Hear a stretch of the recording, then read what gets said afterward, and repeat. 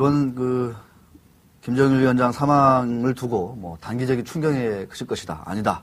중장기적인 악재가 될 것이다. 그래서 금융시장은 오래오래 발목이 잡힐 것이다. 다양한 전망과 분석들이 나오는 것 같습니다. 네. 자, 먼저 금융당국이 가장 민감하게 지금 움직이고 있는데 우리 금융당국 출입하는 김수희 기자로부터 요새 경제부처 어떤 대응을 하고 있는지 좀 알아보도록 하겠습니다. 김수희 기자. 네, 물론 이제 관련 경제부처 요새 뭐 비상 걸려가지고 회의도 많이 있죠. 어떻습니까? 네, 아무래도 이 금융시장에 조금의 혼란의 조짐을 아주 보이고 있죠. 그래서 금융부처, 관련 부처 장관들도 매일 같이 모이고 또 차관급 회의가 매일 아침마다 열리고 있습니다. 네. 예, 그래서 저희 경제 담당 기자들도 아침 일찍 출근하고 있는데요. 네. 어제 저녁 때 김석동 금융위원장은 저녁 약속을 취소하고 예, 밤 늦게까지 자리를 지켰다고 합니다. 네. 또 권혁세 금융감독원장 역시 저녁 식사 후 돌아와서 이런저런 안건들을 챙겼다고 하고요. 금융위원회와 금융감독원 직원들도 24시간 근무를 태세에 들어갔는데요. 조를 짜서 이렇게 돌아가는 근무를 하고 있다고 합니다. 오늘 아침 8시 40분에 금융위원회에서는 금융시장 관련해서 브리핑을 열었어요. 네. 예, 오늘 브리핑에서는 특별한 어떤 어제 상황의 동향 점검을 조금 체크하고 네. 앞으로 특단의 대책 그리고 어떤 상황을 봐가면서 조치를 취하겠다 이런 정도의 얘기를 전했습니다. 궁금한 게요. 예. 금융당국의 어떤 이 상황 인식 어떻습니까? 좀 정리하시면. 예, 상당히 많이 조심스러운 것 같습니다. 어떤 구체적인 언급은 하고 있지 못하지만 무조건 과거처럼 안정적으로 흘러갈 것이다라고 하지도 못하고 네. 또 무조건 지금 혼란이 올 것이다 이렇게도 말할 수 없는 상황인 것 같습니다. 가장 좀 유념해서 들었던 얘기는 이번 김정일 국방위원장의 사망은 김일성 국방위원장의 사망과는 조금 다르다. 주석이죠, 주석. 김일성 네. 주석의 네. 사망과는 좀 다르다.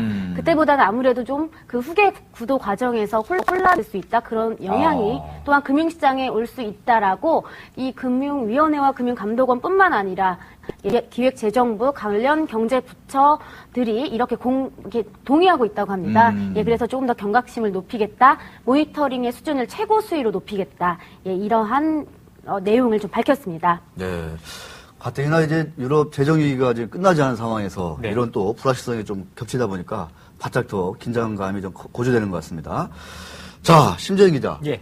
이렇게 금융당국이 김석동 위원장은 퇴근도 안 하시고 저녁 다 취소하시고 이렇게 네. 좀 긴박하게 대응하고 있는데 일단 증권가의 반응이라고 해야 되나요? 좀 어떤 시장 참여자들 어떻게 좀 바라보고 있고 대응은 좀 어떻게 하고 있는 것 같습니까?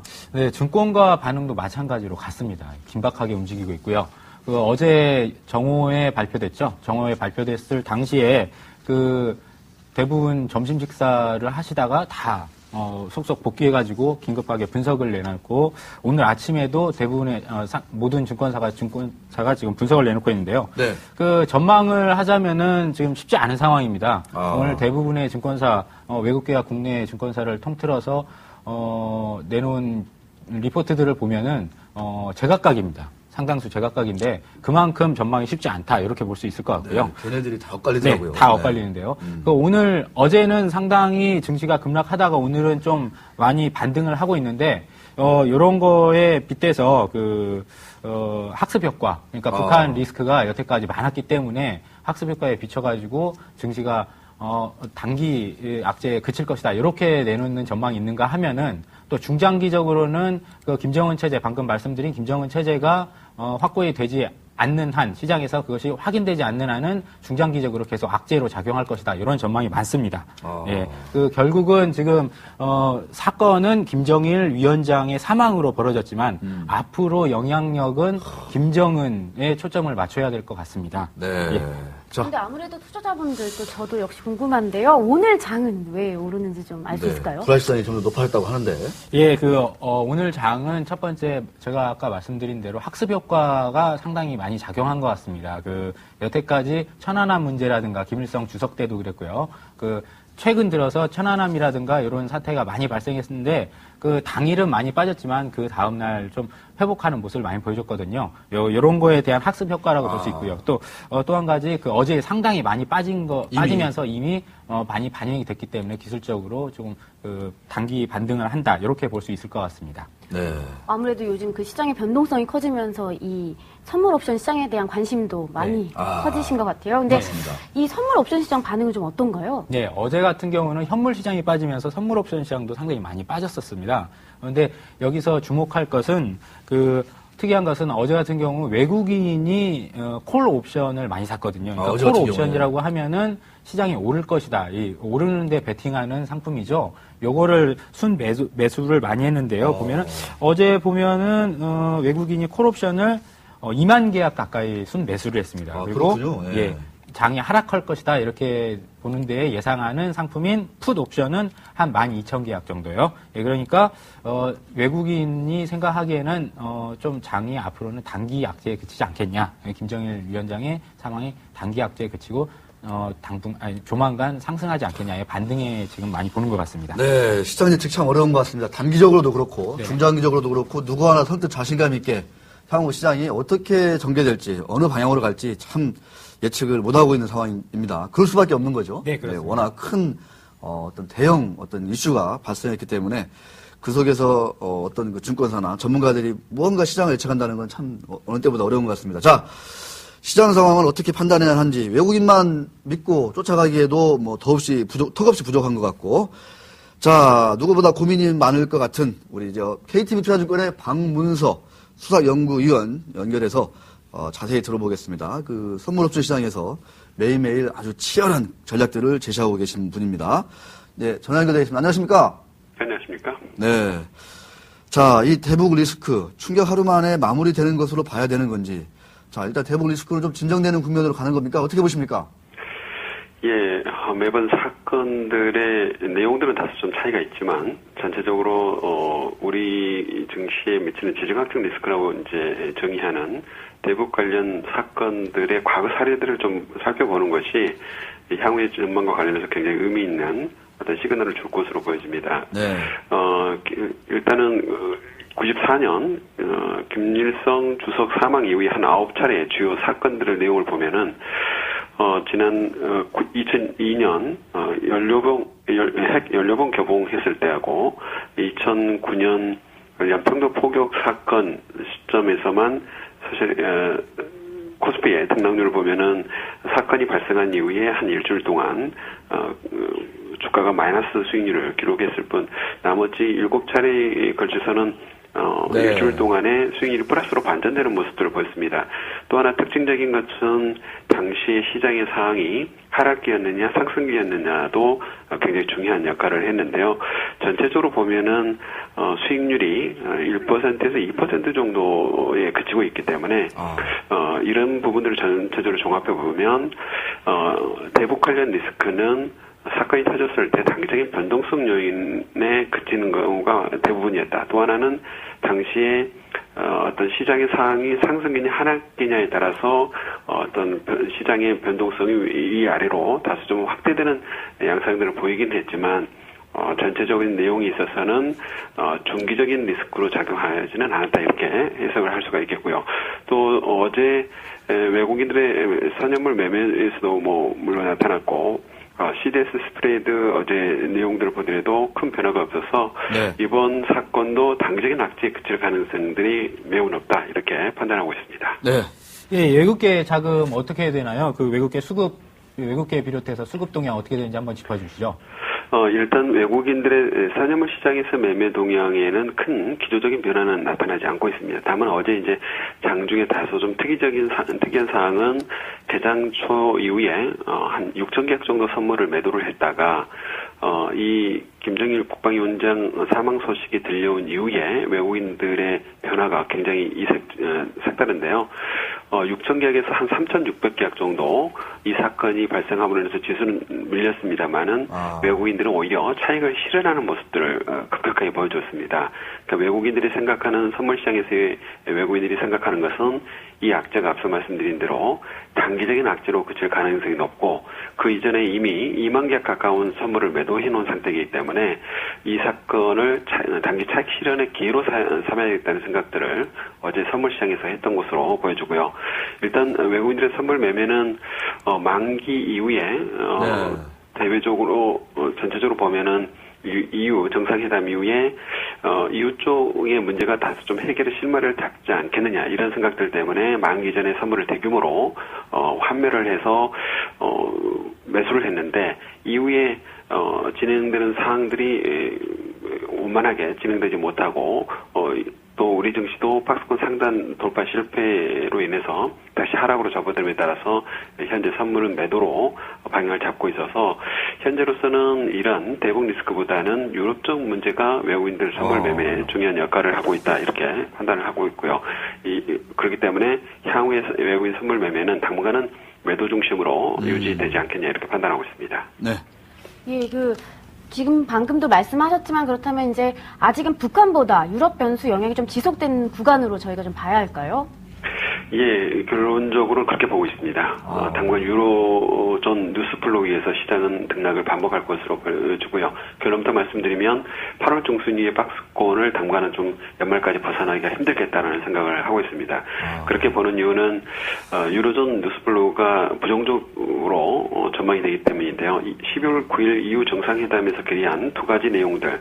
첫 번째로는 5천억 유로 규모의 ESM을 2012년 7월까지 앞당겨 실행한다는 점이고요. 둘째는 EU 국가들이 IMF에 2천억 유로 대출을 통해서 재원을 확보한다는 자원이었는데 문제가 되는 건 이제 EU 국가들이 IMF에 2천억 유로 대출 문제입니다. 이 부분들이 어제 재무장관 회담에서 어떤 재원 추론에는 어느 정도 합의가 된 상태입니다. 물론 영국은 G20이 함께 추론을 해야 된다.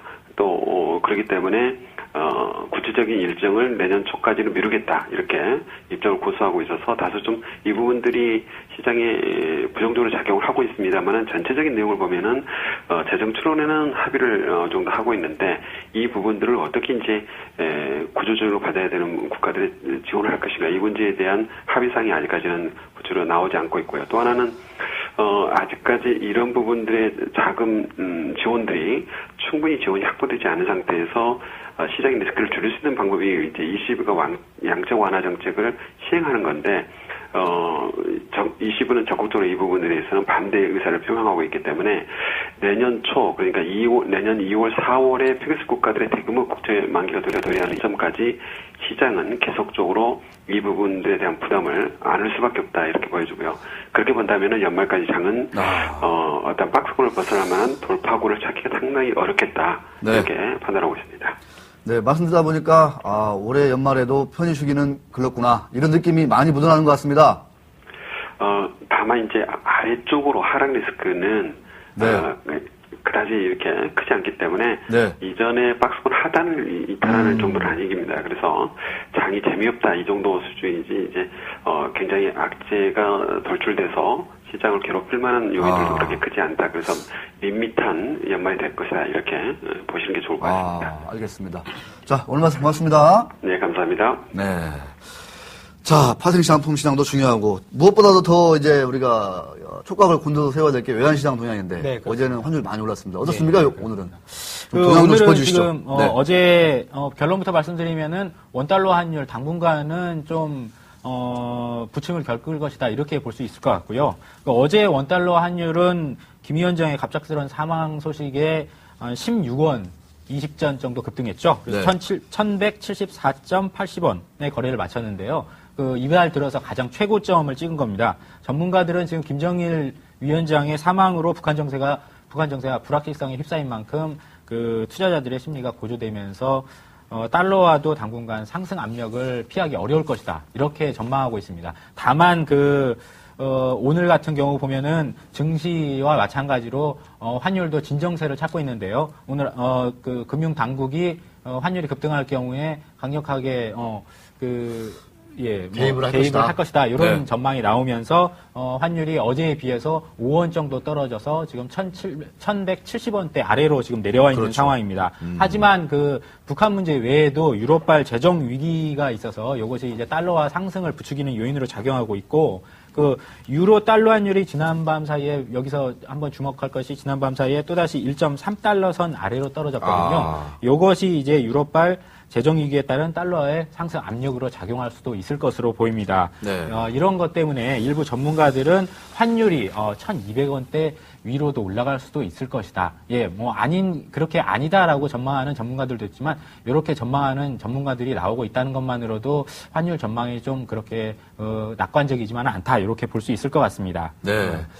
자, 당국 출입하는 김수희 기자. 네. 네. 지금 이제 오늘도 아침에도 이제 비상대책위원회도 많이 열리고 뭐 여러 가지 그 비상 상황이 시국이 지금 계속되고 있는 것 같은데, 자, 이 금융당국에서 김일성 주석 사망 당시하고 아까도 잠깐 얘기했지만 김정일 위원장 사망 당시하고 또 금융시장의 비교 좀 어떻게 좀 정리를 하고 있습니까? 어떻습니까? 그 부분은? 예, 지금 하고 있는데 지금 하나를 모으기는 좀 힘든 것 같습니다.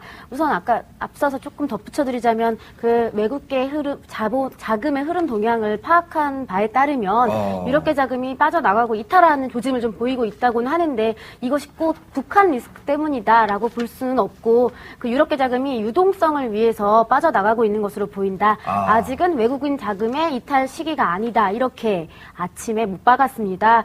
또, 김일성 주석 사망과 김정일 국방위원장의 그 사망 때 지금 금융시장을 비교해보면 아무래도 네. 지금의 그 김정일 국방위원장 사망이 국내 금융시장에 줄 수 있는 불확실성이 더욱 크다. 예, 이렇게 진단했습니다. 아무래도 가장 큰 차이는 당시에는 확고한 후계 구도가 있었고 권력 승계가 안정적으로 할 수 있는 기반이 마련돼 있었다. 지금은 그때보단 불확실성이 더 커졌다. 이렇게 판단하고 있는 것으로 말을 했는데요. 다른 관계부처들의 평가도 좀 그런 것 같다. 저희 금융경제 쪽에서도 그런 상황 인식을 바탕으로 해서 좀 더 경각심을 가지고 앞으로 어떤 시장 상황이라든지 필요한 대책들을 신속히 대처해 나가도록 하겠다. 이렇게 말을 했습니다. 네. 예. 자, 신재영 기자, 마무리 좀 질문 좀 해주시죠. 예, 그 금융당국이 지금 세우고 있는 구체적인 대책 같은 게 있나요? 소개 좀 해주시죠. 네. 네, 사실 가장 요약해서 말씀드리자면 상황을 봐가면서 그때그때 조치하겠다. 예. 그리고 선제적 대응을 하겠다. 예. 미리 예단하기가 상당히 어려운 좀 상황이기도 하죠. 지금 외국계 아이비들의 보고서를 좀 정리해 봐도 사실 단기적인 어떤 흐름에는 충격이 없을 것이다. 하지만 어떤 북한의 후계 구도에 따라 그러니까요. 이 상황 이후의 상황에 따라 어떤 변화가 있을 수 있다. 신용등급도 마찬가지고 네. 지금은 아니지만 향후 변화가 있을 수 있다. 이런 보고서들이 많이 나왔더라고요. 네. 또 금융당국 역시 이러한 앞으로의 상황을 그때그때 잘 파악해서 시시각각 대신에 즉각적인 결정을 할 수 있도록 어떤 경제적인 결정을 할 수 있도록 준비하겠다. 예, 이런 태세를 갖추고 있습니다. 물론 또한 금융시장의 불확실성에 대한 증가로 중소기업과 같은 어떤 기업들의 자금 사정이 어려워질 것을 대비해서 어떤 실물 부분의 모니터링도 강화하고 정책 금융을 통해서 자금 지원을 하겠다. 네. 또한 금감원 역시 어떤 이번 어떤 상황을 이용한 투기 이런 것들을 잡겠다. 그래서 시장에 퍼지는 악성 루머 이런 것들을 단속하겠다. 네. 이런 계획들을 내놓았습니다. 그러니까 예를 들어서 풋옵션 많이 사들고 이상한 루머를 퍼뜨려가지고 시장의 하락을 주도하는 네. 그런 세력들이 있으면은 바로바로 잡겠다. 네. 네, 그렇습니다. 오늘 아침에 정은보 금융정책국장 네. 좀 뭔가 이 시장 상황 봐가면서 이 대책을 세워놓고 있다. 그 프로그램이 있다라고 얘기를 했던 것 같은데 좀 어떤 보다 좀 구체적인 대책이나 이런 것들은 아직 좀 공개를 하지 않고 있나요? 어떻습니까? 네, 기자들도 상당히 그 부분에 대해서 궁금했고 네. 질문을 했는데요. 예, 외화에 대한 프로그램도 있다. 어떤 환율에 대한 프로그램도 있다. 주식 시장에 대한 프로그램도 있다. 하지만 자세히 밝힐 수는 없다. 네, 그 내용에 대해서는 지금 밝힐 수는 없다. 우리가 과거의 데이터 프로그램 어떤 과거의 데이터를 저희가 가지고 있는 만큼 축적하고 있는 만큼 그거에 대한 비상 플랜, 예. 비상 계획 플랜을 지금 가지고 있고 짜고 있다. 예, 이렇게 밝혔습니다. 네, 비상 플랜, 어려운 말로 컨틴전시 플랜이라고 그렇죠. 하죠. 네. 네, 심재영 기자. 예. 전문가들이 좀 이렇게 조언하는 어떤 이 정말 불확실성이 높은 국면에서의 어떤 투자 전략 좀 정리해보면 좀 간단히 어떻습니까? 좀 들어보니까. 쭉 들어보니까 단기적으로는 좀 시장 상황을 지켜볼 필요가 있다. 저가 매수 타이밍은 아니다. 이렇게 정리할 수 있을 것 같습니다. 여태까지 보면은 일부 언론에서 그런 기사가 보도되기도 했지만 이렇게 북한 악재 리스크가 터지거나 이렇게 되면은 장이 한꺼번에 많이 빠지면서 강남 강남 그 큰손, 그 고액 자산가들이 언제 들어가야 되냐, 언제 주식을 사야 되냐라는 전화 문의가 많이 온다라는 기사가 많이 보도되고는 하는데 이번에도 뭐 많이 그런 기사가 일부 보도되기는 했지만은 상당수의 전문가들이 아직은 지금 저가 매수 타이밍을 보면서 주식 비중을 늘릴 시기는 아니다 이렇게 보고 있습니다. 당분간은 조금 시간을 갖고 북한 지배체제가 어떻게 되는지를 지켜보면서 시장 대응을 할 필요가 있을 것 같습니다. 과거 그 북한 관련 사태 발생했을 때 그 시장이 얼만큼 빠졌나라는 자료를 아침에 공개를 했는데요. 네. 뭐 천안함 침몰도 있었고 뭐 핵무기 보유 선언, 뭐 핵실험 여러 가지 사건들이 많았더라고요. 지난 한 15년 가까이. 근데 로켓 발사 네. 소식을 했을 때 가장 많이 빠졌는데 그것 역시 한 3% 정도에 그쳤고 5일 안에 회복했다고 합니다. 네. 근데 물론 이번 상황은 좀 많이 다르지만 단기적인 변수에 그치는 건 조금 크지 않다 이런 진단을 좀 내놓는 것 같더라고요. 알겠습니다. 우리가 이제 걱정하는 것은 이제 김정은 체제로 전환하는 과정에서 예. 이제 불미스러운 일들, 돌발 변수가 일어나는 거 이런 거를 가장 이제 걱정할 텐데 이제 중국의 역할이 중요하고 또 미국의 어떤 그 역할, 감시 이런 것들도 중요한 것 같고. 그렇습니다. 네, 그런 걸 볼 때는 좀 우리가 어떻게 해볼 수 있는 방법은 별로 없는 것 같아요. 이럴 때일수록 위험 관리하시면서 정석 투자를 하는 게 어느 때보다 필요하다 이런 생각이 듭니다. 자, 종목 대타운에서 어떻게 하면 좋을지를 같이 한번 고민해보는 시간을 좀 더 이어가도록 하겠습니다.